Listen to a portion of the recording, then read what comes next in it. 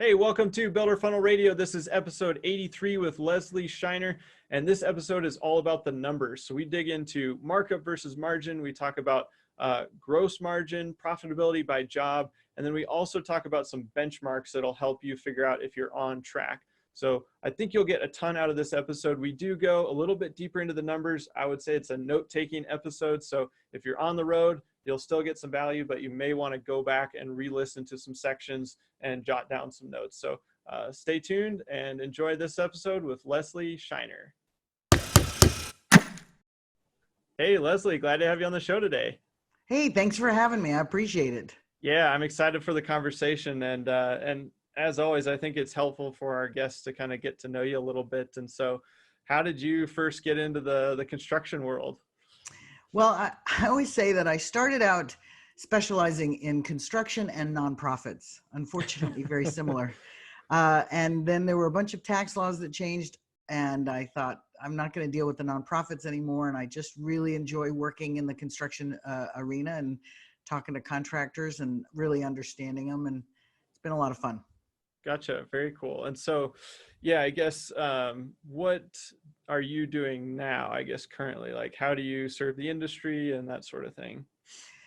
So I do a lot of things. Well, right now it's January, so I'm really busy helping my contractors close out their books and all the fun stuff that comes with that. But typically what my goal is to work with contractors, help them better understand their numbers, help them run the books by the numbers and the company by the numbers instead of by the gut, and really trying to understand profitability. I will work with bookkeepers to make sure that they are doing it correctly so they're getting the information, and then really helping the contractors understand the information. What should they be asking? What should they be looking at? What tells them the right stuff, and what's going to tell them ahead of time? You know, too many times small business owners look at financials too late.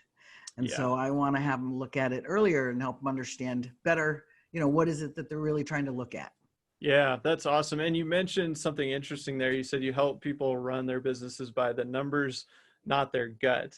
In your experience, how much of the industry or what percentage of people that you bump into are actually currently, you know, running them by their gut, you know, and making those types of decisions? Well, you know, it depends on what size company it is.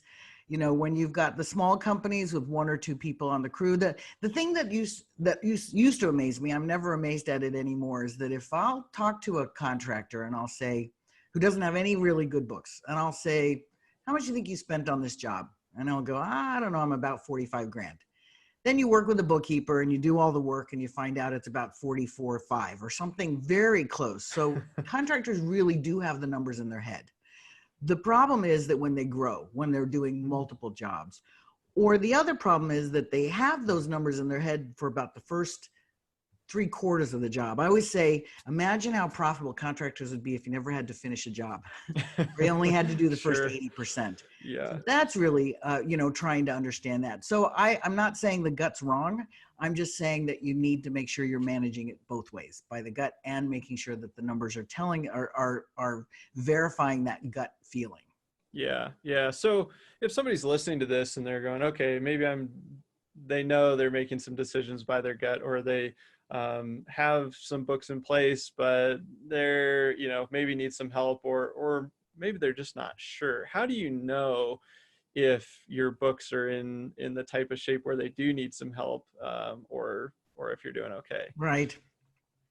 And that's a hard one. But the question, you know, there's a lot of times accounting and the books are not really the bailiwick of a contractor. Sure. So they're very, you know, I don't mind contractors delegating all the bookkeeping to a bookkeeper, but you can't abdicate away financial responsibility. So either you're talking to your CPA long before your taxes are due, or you're at least having a meeting on a regular basis. You know, one of the things I do for companies is one of the services I offer is something called a fractional CFO. You know, a small business can't afford to have a full-time CFO. Half the time they can't even afford a full-time bookkeeper. So instead, what I like to do is come in for a couple of hours a month, take a look at the books, make sure they're in good shape, and then say, okay, now what are we going to use this for? Is your pricing correct? Do you want to hire another project manager? What would it take? How much in your sales do you have? How much more do you have to sell before you want to hire another project manager? What's your budgeting? Where are you, what's the cause of your slippage? Is it materials? Is it is it labor? Where are you getting the numbers from? And really trying to then use that. If a contractor's not looking at the books and thinking that the books are only because I got to send them to Uncle Sam in April, then that's really not what they're for. That makes sense. Yeah. And so if somebody's looking at, you rattled off a bunch of numbers there, is there a good place to start? If you first go in and start looking at some books, do you kind of know, okay, these are some common problem areas where we need to dig into? Oh, absolutely. So first of all, I have to say I'm not a CPA. I have an MBA in accounting and finance. So I don't give out CPA advice, and I'm not pretending to be CPA. But one of the things that I find, and again, it depends on what software you use. Most contractors, or many of them, use QuickBooks. QuickBooks by default does a lot of things wrong. And QuickBooks, the best thing about QuickBooks is you can change anything at any time and do whatever you want. And the worst thing about QuickBooks is the fact you can change anything at any time. So what I want contractors to be able to do is take a look at their financials and clearly look at two types of costs. Cost of goods sold, everything related to a job. Those are called above the line costs. And then overhead. And can you get a P&L or a profit and loss statement by job? Can you get the information that you need on a job by job basis? For example, when it comes to QuickBooks, I find, because of the way it's set up, all the labor is in overhead. And then, boy, these jobs are really profitable because all you have is you have income, and then you have some materials and subs, and you make all this money, and they don't have their labor set up correctly. So when I'm looking at it, I'm saying, can you print this report and get a good, what's called gross margin number? Can you see your total costs, and can you figure out your gross profit? Gross profit is your total revenue minus all the costs for just the jobs or just the job. Can you figure out a gross profit number? I always say it's called gross profit because it's grossly understated or overstated, and it's too low for everybody anyway, but can you get that information? So can you use a profit and loss statement that said, hey, you know what? I sold a job at this either markup or margin. I want to make 35% on my jobs, and then I run a report, and will it tell me if I did it or not? Yeah. I think that's good advice. And in terms of a gross profit percentage, is there a range that you're kind of looking for? Like, hey, this is a healthy range. Hey, this is a dangerous range to be in. I know it varies based on size of company and types of jobs you do, but are there some kind of benchmark numbers that people should be looking for? There are. You have to be a little bit careful because I did a benchmarking study once for a trade association, and this guy turned it in, and his margin was 80%. Wow. Yeah, that's great, except for the fact that all of his labor wasn't included in it. Right, yeah. So, you have to decide, but typically in particularly the remodeling industry, the standard is gross margin is about 35%. Okay. And so the goal is, and by the way, that means you're running it at about a 50% markup. But gross margin is about 35%, overhead's 25%. And the goal would be to have a 10% net profit. Gotcha. Okay. And do you feel like for a lot of people that 10% net profit is pretty achievable if you're running everything the way you should be? Well, achievable, yes. Do a lot of companies do it? Not always. Yeah. And it depends. Right now it's so cyclical, and because I've been doing this a long time, it's fun to watch. Right now, so many remodelers and so many builders are so busy. And now's the time, if you're busy and the market's hot and people are spending money, raise your rates. I always ask at conferences I speak at, and I ask my clients this, I say, would you like to earn who wants to earn 10% more money? And yay, everybody says yes. Would you like to earn 10% more money because you have to work 10% harder? And I don't know a lot of people who have a lot of 10% in their life to be able to do that. How about if I could make 10% more money without having to work 10% harder? And the one way to do it is better manage your jobs by the numbers and raise your prices. And if you don't get a job, then you open yourself up to get other jobs at a higher rate. Now, if it was back in Some people don't remember what life was like in 2008 and 2010, which is, gosh, 10 years ago. I didn't say that because there wasn't hardly any work out there. So Sure. price became a factor. But when there's a lot of work out there, first thing you have to do, raise your rates. It's the law of supply and demand. Yeah, yeah, I think that's great advice. And you're right. I mean, right now that this is the best time to do it. It's the easiest time to do it, because you know that there's enough demand. If you have to turn some work away because they didn't like your high prices, then there's still more coming in the pipeline, and it can be scary to raise your prices. So this is the Absolutely. time to practice, right? Yeah, absolutely. So when you're busy, if you're struggling for work and you've got a crew you want to keep busy, that's a different situation. But for most, and again, it's different in different parts of the country and different countries as well. But if your crew is busy and you're not struggling to try and keep them busy, then be a little bit more selective. And if somebody doesn't like your price, they don't appreciate you.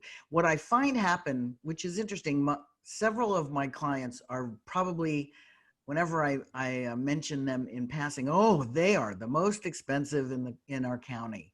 And want to know what? They are the most expensive. They get the best jobs. They work with really good people, and they make a lot of money. Yeah. Whereas the other ones who are, when you're going for the bottom of the barrel, then you're going to get bottom of the barrel clients, and it's not going to work. Yeah, yeah, I know. I mean, there's only one low cost provider, and it's just, yeah, it's a race to the bottom. So if you're Right. not the very bottom, then you're just low, but you're not the lowest. So Right. And it's a you'll dangerous place never, to yeah, be. you'll never be able to compete on price.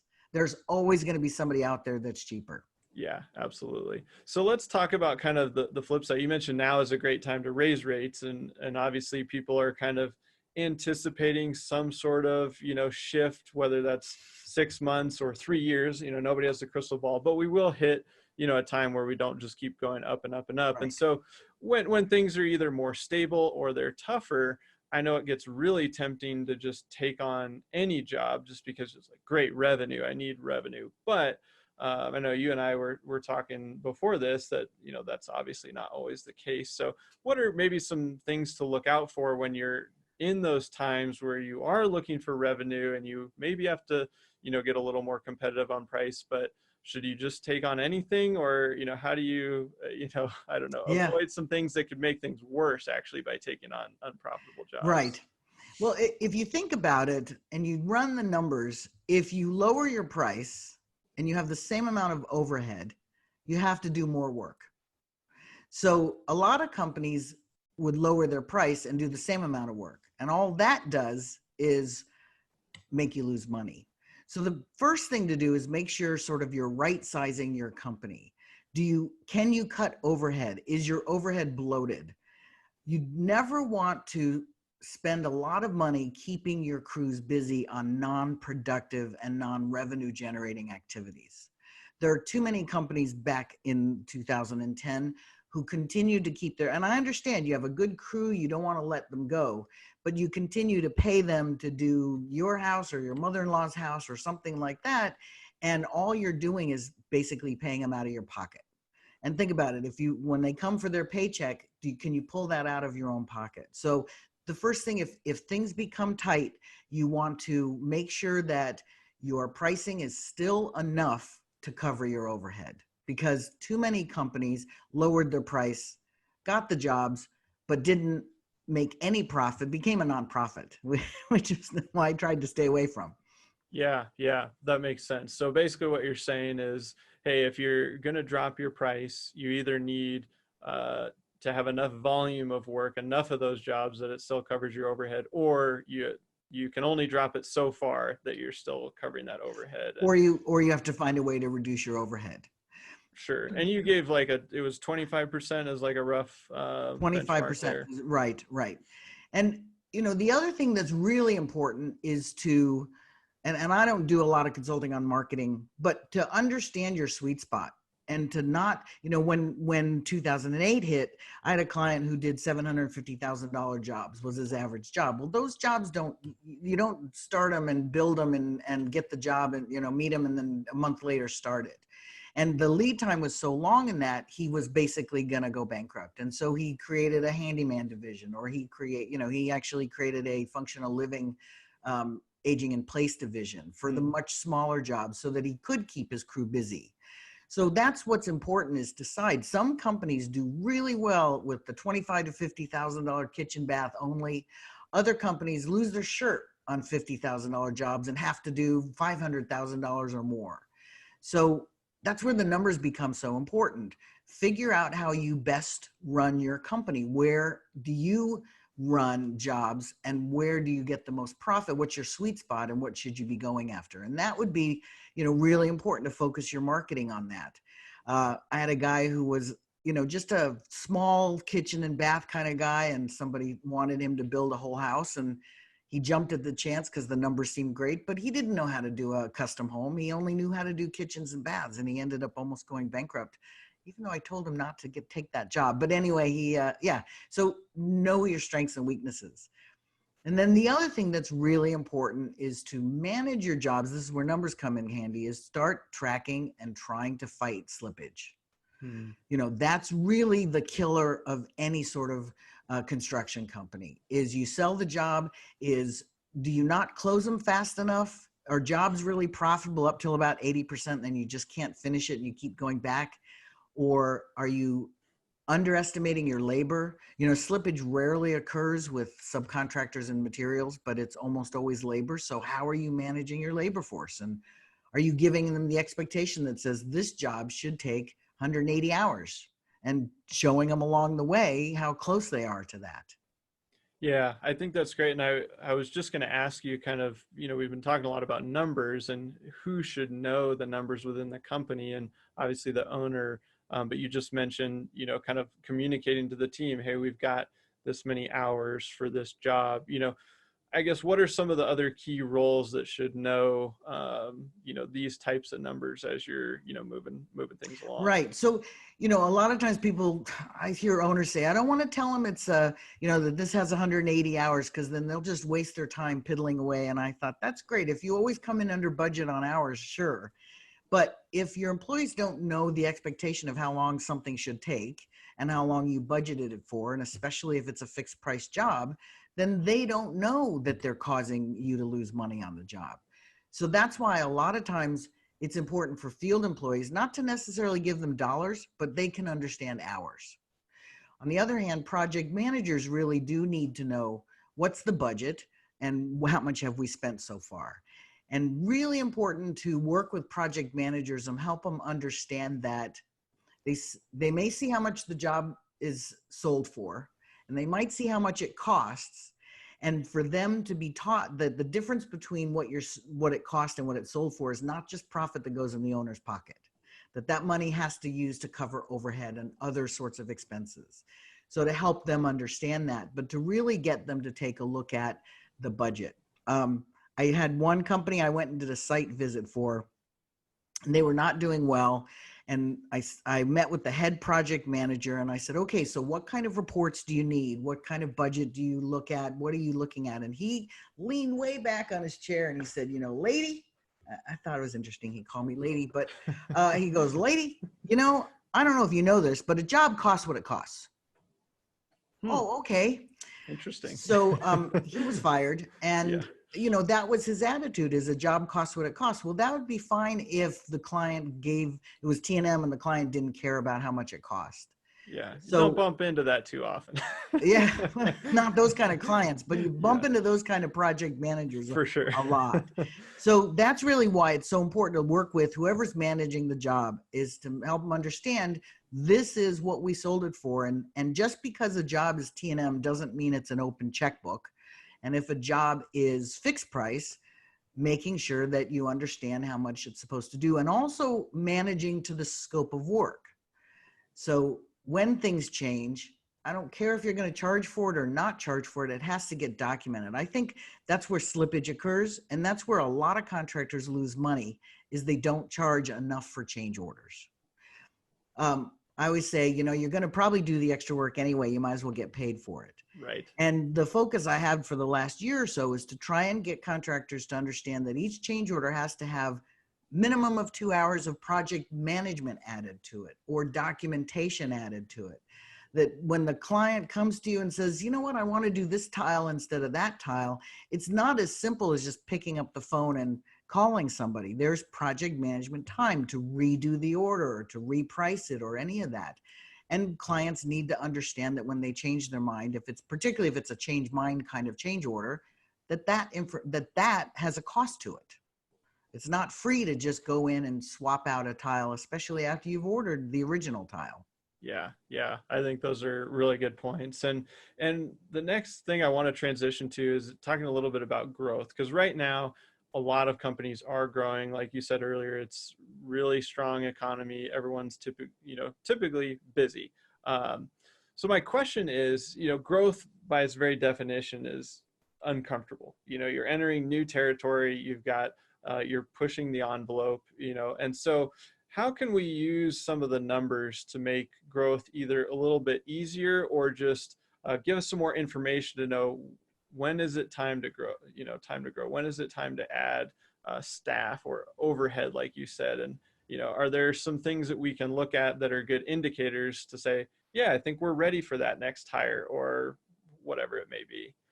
Yeah, the industry is littered with a lot of contractors who did that, failed, and then said, I'm never doing that again. I had a guy, and I love him, and he has up to 5 employees and did really well. And then all of a sudden, like the economy took off, this happened a while ago, and he had 15 employees and he lost his shirt. So what you want to do is, if you are in a time of growth, that's where the numbers become so important. When you're growing, you want to track the margins on the jobs. Sometimes when you grow, now all of a sudden you're managing too many, slippage is occurring, you're not paying attention, or you're already running to the next 3 jobs, you haven't finished the other one. So make sure that the jobs stay profitable. Growing and doing twice as much volume with half the profit isn't going to help anybody. So if you're growing, looking at that opportunity to really track the numbers behind that and say, okay, is it worth doing more work? Is that going to just add money to the bottom line? Or that's where you can do mathematical break evens and other fun things. I like them to analyze the numbers, but really to make sure that as the growth occurs, it occurs profitably. Yeah, I think that's great advice, because I think kind of what you were hinting at too is that in a lot of cases, if you just kept your current level, but you worked on profitability and bringing on the right types of jobs and making sure the jobs were really profitable, you could probably double your profitability or increase it by 50% by doing the same number of jobs or same amount of work and not having to go through that brain damage. Right. And I know that gosh, years and years ago, one of the first conferences I went to, that a guy was teaching a class called Grow or Die. And I thought, that's just absolutely wrong. I would rather that you do the same amount of work you're doing now and make more money at it. That growth is certainly one way to improve your profit, to make more money. But there may be other ways. If your company has a lot of slippage and you're suffering from jobs being not profitable, growth is the last thing you want to be doing. Yeah. It'll just accelerate the negative things that are already happening. Yes, absolutely. Yeah, for sure. Well, is there anything else that kind of sticks out to you as you meet with clients on a regular basis or talk to people at conferences where you feel like you see some kind of major errors or just common challenges that people should be aware of as they're thinking about the numbers, their books, and some of the things that we've been talking about? Well, I just got an email yesterday from someone saying, can you just tell me the difference between markup and margin? And I said, well, I can. If we had about a half an hour, I'd like to show you and walk through the numbers. What the problem I see a lot is that markup is how people price things. I want to sell something, I'm going to add 30% or 50% or whatever that number is. But when you're looking at your financials, that gives you something called margin, which is a different number. So I think it's really important for contractors to understand when they're looking at their financials that those are margin numbers, meaning a percent of revenue. And that's different than markup, which is a percent of cost. And I know it's real confusing. I play around with Excel to try and, what if we did this and what if we do that, to really try and understand that. But those numbers get used interchangeably, or those terms get used interchangeably, and they're absolutely not. So I think it's just really important to think that if I'm going to mark up my jobs 25%, when I look at my financial statement, I'm going to have about a 17% margin, which is not enough to cover my overhead. Yeah, yeah, that's a big difference. And yeah, to your point, if you think that your markup is where you're ending up for margin, and then suddenly you go from thinking you're profitable to suddenly losing money pretty quickly. So yeah, that's great advice. And Leslie, I've got one kind of last segment of our show, but before we get to that, how can people connect with you if they want to learn more about you or anything like that? Well, you certainly reach out to me on my website, which is www.shinergroup.com. That's SHINER, shinergroup.com. I'm also at Leslie Shiner on Twitter. I'm Leslie Shiner Facebook, Leslie Shiner LinkedIn. So luckily, I guess there aren't a lot of Leslie Shiners, or I got them really quickly. So I don't have to have any hashtags or underscores or any weird stuff. Or numbers. So yeah, you can certainly reach out to me through my website, and there's a contact page there, or take a look at many of the conferences. I do have my speaking schedule, although I haven't updated it lately, but come approach me at a conference and I'd love to chat. Very cool. Very cool. Yeah. And I know you've got a book as well, which we'll link up in the show notes. And yeah, so let's do our last segment here. We call it the Fast Five. So I'm going to hit you with kind of 5 rapid fire questions, and yeah, just say whatever comes to mind. So we'll dive right in. What is your favorite business book and why? What is my favorite business book and why? Oh, wow. I'm supposed to be fast, huh? Well, I would say mine, which is A Simple Guide to Turning a Profit as a Contractor, but it's not a business book. The E-Myth is a good standard. That's a good one. It's held up more than some of the other business books that track companies that are no longer in business. Yeah, it really has. Yeah, that's a great one. And the E-Myth for contractors in particular. Oh, okay. Well, I actually didn't know they had one that was specific. Do. So that's fantastic. Cool. We'll make sure to link that one up as well. Next question is, who is the most inspirational person in your life? Wow. It's funny. I would have to say my father. And he taught me a lot. And it's interesting. I talked to my sister, and quite often we have business questions. We start with, what would Dad do? So I would absolutely say my father. That's awesome. That's awesome. All right. Next question is, if you could have one superpower, what would that be? Oh, really? So it's funny. I would absolutely not want to hear people's thoughts. So I think flying would be really fun. Flying? Yeah, flying's a good one. All right. Describe yourself in 3 words. Oh, wow. Energetic.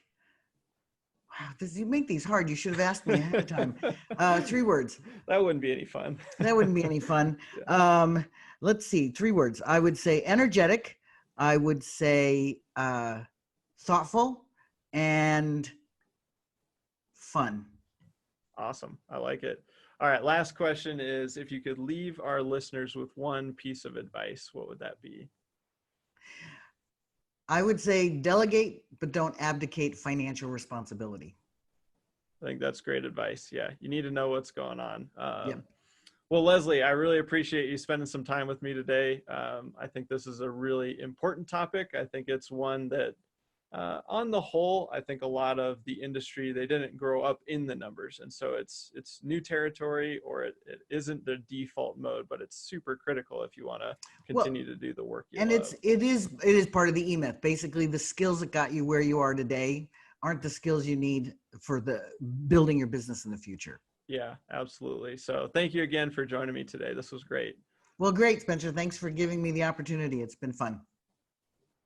Hey guys, I hope you enjoyed that episode with Leslie Shiner. Again, we dove way into the numbers, and I want to pull out some takeaways for you. I know you're on the go. I know I said this was a note-taking episode, so hopefully you jotted down some things, but I pulled out a few takeaways. And the first one was looking at some of those benchmark numbers that Leslie talked about. So what's your overhead as a percentage of revenue? And she threw out the number of 25%. Net profit as a goal of 10%. And then looking at your gross profitability and what that is on the whole and on a per job basis. I think going into your books and looking at those numbers and seeing where you're at is going to be a really helpful step in figuring out if you're on track. And then we had an interesting discussion around growth where we talked about you could potentially be doubling your revenue, but you might actually be making half the money. So you end up doing a ton of extra work for less money on to the bottom line. And I know we talk a lot about growth here at Builder Funnel, and I think it's an interesting discussion to have with yourself, or if you have other owners, is if you're trying to grow, why are you trying to grow? And growing can be growing revenue, but it can just be growing and working on growing profitability. And so maybe you like the revenue level you're at, and so you're just working on growing profit, and that becomes a game of optimization and making sure you're bringing on the right types of clients. And so takeaway number 2 is really, in my mind, think about why you want to grow and how you want to grow. So there's growing revenue, but then there's also growing profit, which is the most important. So think about that, and then you can start taking some actions to work towards those goals. So thanks again for listening, guys. I hope you got a ton out of this episode, and we will see you next time on Builder Funnel Radio.